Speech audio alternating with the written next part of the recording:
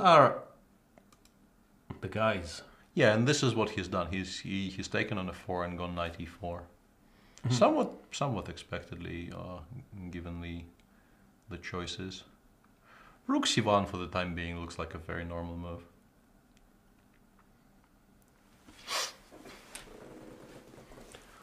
People saying they remember you playing the Dutch in '98. That sounds like a bit of a tall story. 98? No, 98 I was already a mature chess player. No way I played the Dutch then. That's a lie. I was 94! 94 I believe is more. I was more referring to the fact that, you know, anyone can claim they remember anything that happened in '98. No, no one remembers anything from the wild 90s. But people have databases. Yeah, that is true. I'm not sure what this rook e3 move is all about, but it's a... Yeah, I would just play... I guess the idea is that rook c1 kind of allowed knight b4 with the threat of knight d3, and by playing rook e3 here, he rules this out, so he can now play rook c1 a lot more confidently. But yeah, queen d7 followed by rook a go d8. here and then dc is sometimes an option. Doesn't look too terrible for black, does it? No. This bishop, Yeah, this bishop is the awkward piece white has. Therefore he takes de, maybe some d5s. I think f3 will happen regardless of what black recaptures with. Yeah, and that's indeed what happened here.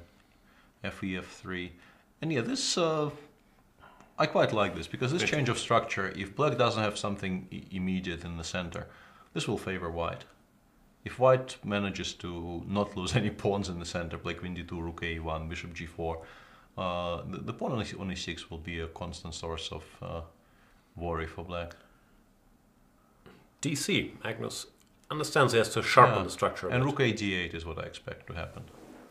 She takes b3 first, and I'd be sorely tempted to not recapture back, but maybe there is no good move to not take on b, because if white has to recapture on b3, then waiting for a move and only playing rook a d8 next makes perfect sense. Or even ab rook d8, d5, like, no? Yeah, This e5, bishop starting e5, e5 or what?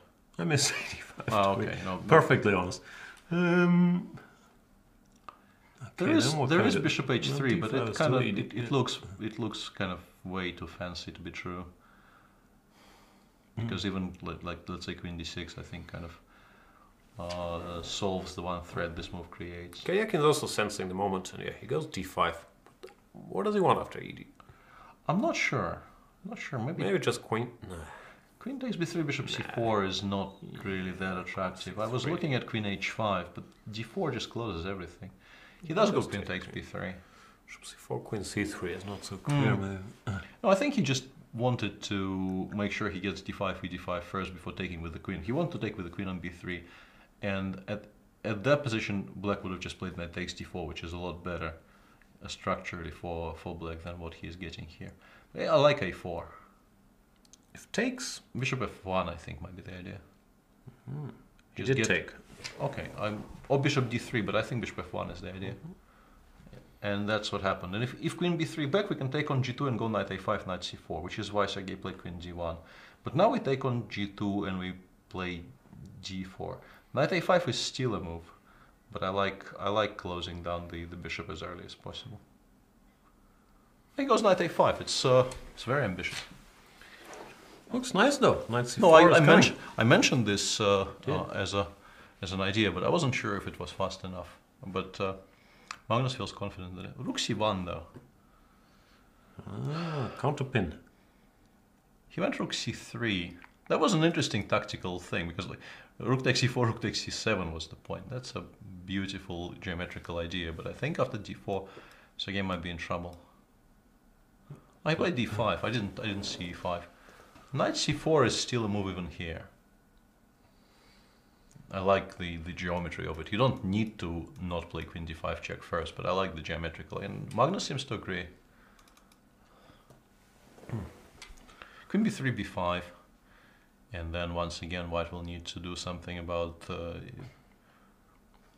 Queen b3. yeah, lots of those geometrical things going on, because now knight b2, bishop Queen b3 check was very strong. But Magnus has centralized perfectly. Yeah, So this is now very much better. bad for black. Yeah, rook e6, h6. Yeah, it looks like black probably is just completely winning after rook e6. Although we both missed queen f3, I assume. I know I did. Takes d3 probably wins a piece. Or some approximation of winning a piece. d3? Yeah. Very nicely played by Magnus. Very nice game. Yeah, very nicely played by Magnus. I'm very impressed by his play from a certain point. Rook f3. Okay. Nothing. Yeah, this game is over. Very nice. This game Yeah, is he's over. just insanely strong. Understanding these positions, what has to be done. Yeah, and I really like d takes c4 on move 16, sort of understanding that you cannot just continue making nothing moves. Just something like this, which many people would have opted for, gives white enough time to stabilize, I assume. Although even here, dealing with the threat, Queen takes. I don't know. maybe queen takes is decent, yeah, followed by rook e1, just killing off the d takes c4 idea because of the pin. Yeah, it is extremely easy to drift into a position you will not like at all. But yeah, Magnus didn't allow that, and I have a feeling that objectively his position after dc4 is probably not that great. No, it feels very dangerous against the bishops. But yeah, he worked out all the intricacies of it, and yeah, a moment ago it looked like Lev was completely lost, and now he's completely winning. Checkmate. Very nice epaulette construction here. So Lev wins, and I assume goes to +2. Hikaru will probably... Oh, okay, I don't know. This looks winning for black now. I don't know, knight g2, king f3, king g3. Yeah, should be a draw, rook g3, and the pawn on f4 falls, but white should be able to... well, white is not really worse, but I mean, in practical terms, in a blitz game, you pick black, but yeah, black will not win this game. Looks like Kramnik's playing for a win. Rook f3. Yeah, now Knight he definitely is, because he will pick up the first Or pawn. rook f3 kind of wraps it up. Yeah, that probably is a draw now. Yeah, and the PGN parse error probably signifies the game has finished in a draw. Game over. Karana lost to Wesley, so let's... Yeah, there was some opening blitz tournament quirkiness with 3 queen b3 in the opening, which probably is not... Kramnik did this once. No, Karnik did everything once. That's true. Yeah. Probably not entirely required, and Fabi ended up with a position he probably did not want to. My theory is that Fabi's been using all these blitz and rapid tournaments to hone his Benoni skills so that he can play the Benoni credibly against 1d4. Because he is always trying to play some goofy line that leads to some sort of Benoni structure. At least he did that a lot, I think, in the Grand Prix.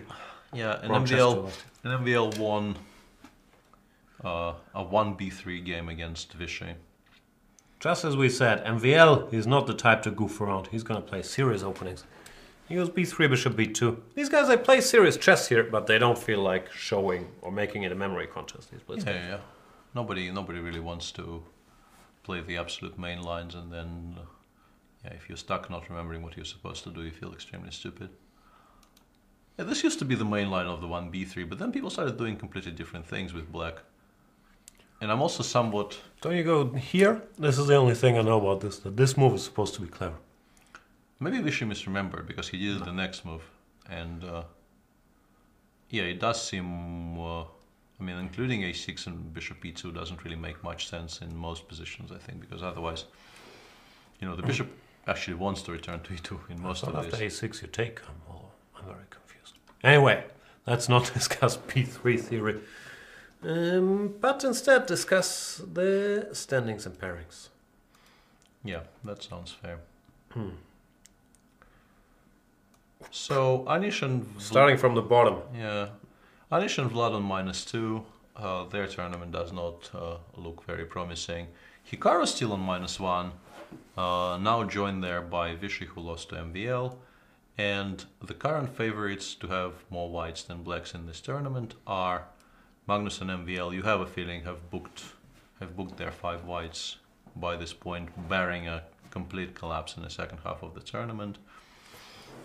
Leveson +1, and there is a group of people on 50% with all to play for. So these three currently look like they're in a fight for one of the games, but still, you never know. Well, things, of course, could still change, but yeah, this is what it looks like.